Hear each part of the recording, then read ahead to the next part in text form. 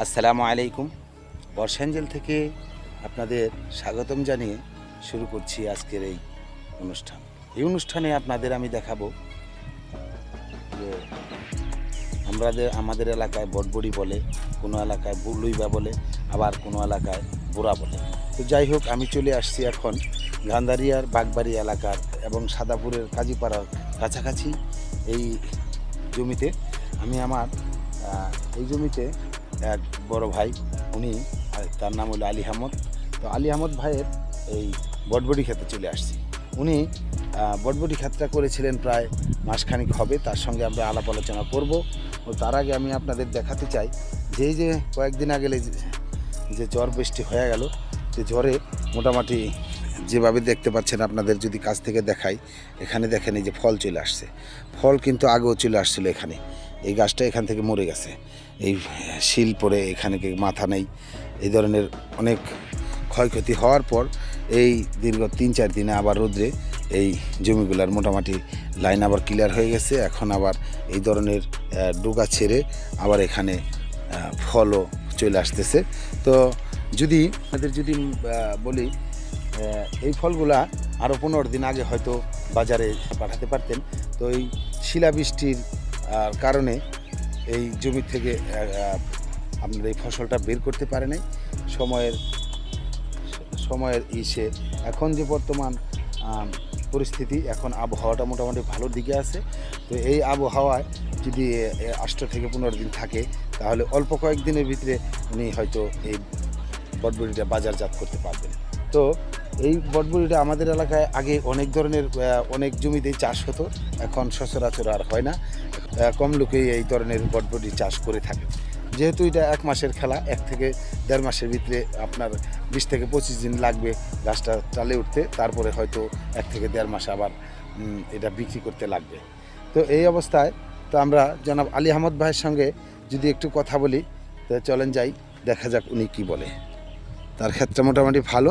তার জমিটা যদি আপনাদের কাছ থেকে দেখাই, তো বর্তমানে সারিবদ্ধভাবে এই বটবড়ি চাষ করা হয় আমাদের এখানে। তো উত্তরবঙ্গে অন্য ডিস্ট্রিক্টে এগুলা কোনভাবে বুনে আপনারা, আমি দেখেছিলাম যে অন্যভাবে বুনে, তো আমাদের এলাকায় এইভাবে টালের সাথে বুনে। তো আমি আপনাদের ওনার সঙ্গে একটু আলাপ আলোচনা করার জন্য যাচ্ছি।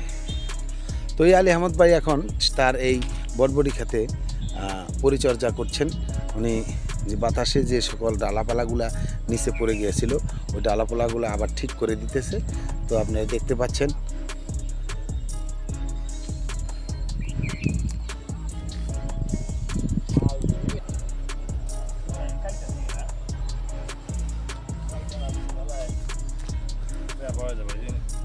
আসসালামু আলাইকুম। তো ভাই, আপনার নামটা যদি বলতেন। আলী আহমদ ভাই, আপনি এই বটবড়ি খাতটা কতদিন ধরে লাগাইছেন? লাগাইছি তো ভাই 1-1.5 মাস ধরে। 1-1.5 মাস ধরে লাগাইছেন? এখন 1-1.5 মাসে তো মোটামুটি বাজারজাত হওয়ার কথা। এতদিন ভাই হয়ে গেত, বাজার তো হয়ে গেছে। শিলা বৃষ্টি মনে করেন যে খেতে একবারে সাজা দিছে। এখন আবার ফির আল্লাহ যদি বাঁচা রাখে আর কি, আল্লাহ যদি দেয় আবার হয়ে যাবো গা অল্প কিছুদিনের মধ্যেই। তো এই খেতে আপনি যে শুরুটা করছিলেন কিভাবে, কি দিয়ে বুনছেন এটার মধ্যে? তো ভাই এখন তো আর কিছু দেই নাই, সার পানি দেই নাই, এই খালি সার আর বীজ দিবার দিছে এই দিতেছেন। তো এই বটবড়ি বীজ আপনি কোথা থেকে সংগ্রহ করছেন? বীজ দেশের থেকে লইছি, কিছু এলাকার বিচুন? এলাকার বিচুন, জানাশোনা আর কি। তো যাই হোক, এখন বটবড়ি বাজারে এখন বর্তমানে কত করে বাজার যাতেছে জানেন কি? বাজার তো এখন ভালো, 50-60 টাকা কেজিতে বিক্রি হইতেছে। তা আপনার আর কতদিন লাগতে পারে? এই তো অল্প কিছুদিন আয় পড়বো, 10-15 দিনের মধ্যে আয় পড়বো। 10-15 দিন আয় পড়বো। 10-15 দিনের মধ্যে ফলটা আইব। গাছের অবস্থা মোটামুটি ভালোই দেখতেছি। তো শিলার কারণে হয়তো একটু ক্ষয়ক্ষতি হয়ে গেছে। ওই যে ডোগা মোগা সব গেছে গা, আর ফিরা নতুন করে ডোগা ছাড়ছে। ওখানে যে গোড়া হাঁস নামছে, এই হাঁস মাছ ওখানে আইবার লেছে, ওখানে গুটি আই গেছে গা, বড় নাইমা গেছে গা। এই যে আল্লাহ দিলে বড় নাইমা গেছে গা। এই এই যে এখন নাইমা গেছে কিনি এই তো আপনারা কাছ থেকে যদি দেখায় এটা এটা বটবটি নেমে গেছে গাইজে বটবটি চলে আসছে তো খুব তাড়াতাড়ি হয়তো সপ্তাহখানেকের ভিতরে উনি বাজারজাত করতে পারবেন তাই না ভাই তো আল্লাহ যদি দেয় তাহলে বাজারজাত করতে পারবেন ইনশাল্লাহ তো ভাই ঠিক আছে আচ্ছা ভালো থাকবেন আপনি আপনার সাথে কথা বলে ভালো লাগলো তাহলে আহমদ ভাই ভালো থাকবেন আসসালামু আলাইকুম ওয়ালাইকুম আসসালামু আলাইকুম ওয়ালাইকুম আসসালাম। কেন দে বুঝতে মধ্যে দাঁড়াইছে পরে হুম আমি বললাম কি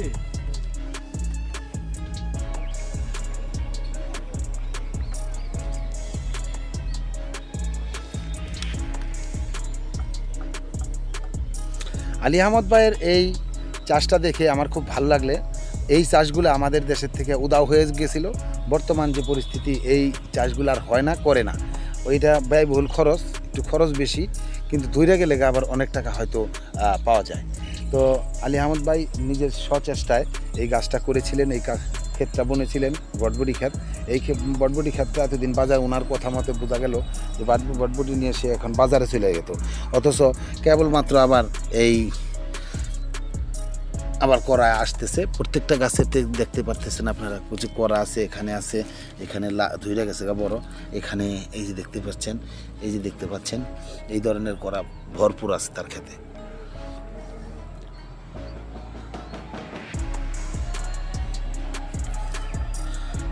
খুব আবহাওয়া যদি ভালো থাকে খুব সম্ভব এক সপ্তাহ বা 13-14 দিন 2 সপ্তাহের মধ্যে উনি এই ফসলটা বাজারজাত করতে পারবেন তো এখন বর্তমান বাজারে ভালো দাম আছে 50 থেকে 60 টাকা কেজি দরে বিক্রি হইতেছে তো সামনে হয়তো সিজনাল ফসল একটু বাড়তেও পারে আবার হয়তো একটু কমতেও পারে তো তার মধ্যে উনি এই ফসলটার ভিতরে তেমন কোনো খরচ করে না যদিও ব্যয়বহুল খরচের এটা বেশি ভালো দাম আছে তো এখন উনি যেভাবে তৈরি করতেছেন গাছটা অল্পতেই তার কেবলমাত্র বিষ আর সার দিয়েই এই ক্ষেতটা তৈরি করতেছেন তো আল্লাহ দিলে যদি ভালোভাবে ধরে তাহলে মনে হয় একটু তার একটু আসান হবে তো বর্তমানে আরও কিছু গাছ দেখাই নিচে আর একটা শাক বুনছিলেন উনি পালং শাক তো পালং শাকগুলো সাইড দিয়ে ছিটাই দেওয়ার একটা মানে হলো এই পালং শাকটা যখন বড় হয়ে যাবে তখন এটার মধ্যে বাতাসটা ঢুকতে পারবে না বাতাসটা না ঢুকলে ফলের কোনো ক্ষয়ক্ষতি কম হবে এই পালংটা গাছের উপরে দিয়ে থাকবে যে কারণে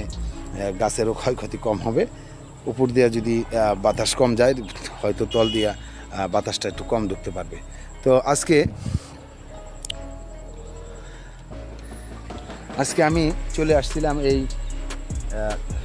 গাজীপাড়ার এই নামায় গান্ধারিয়ার বাগবাড়ি এলাকায় তো এখানে উনি ভাইয়ের সঙ্গে দেখা হলো দেখা হওয়ার পরে উনি ওনার এই কথা এবং তার সাথে একটু কথা বলে দেখলাম উনি আসলেই খুব কষ্টসাধ্য লোক অনেক কষ্ট করতে পারেন যদিও কৃষিকাজ তার জন্মগত একটা আমাদের গ্রামের সবাই অবশ্য কৃষিকাজ করে শতকরা 2-1 লোক সরকারি চাকরি করে আর সবাই কৃষিকাজ নিয়ে ব্যস্ত থাকে তো আপনারা গাছগুলো যদি আবার দেখায় এখান থেকে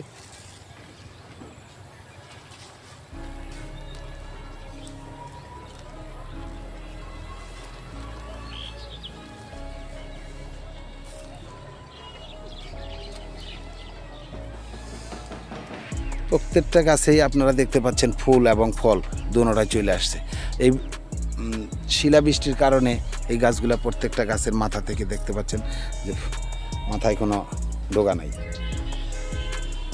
তারপরও এখানে ডোগা নাই কিন্তু তারপরও আবার নতুন করে কড়ি ছেড়ে এই গাছগুলো আবার ঠিক হয়ে যাচ্ছে তো আপনাদের যদি আরেকটু দেখায় আমরা কত কাছাকাছি যদি আসছি এখানে দেখতে পাচ্ছেন হয়তো একটা ব্রিজ আছে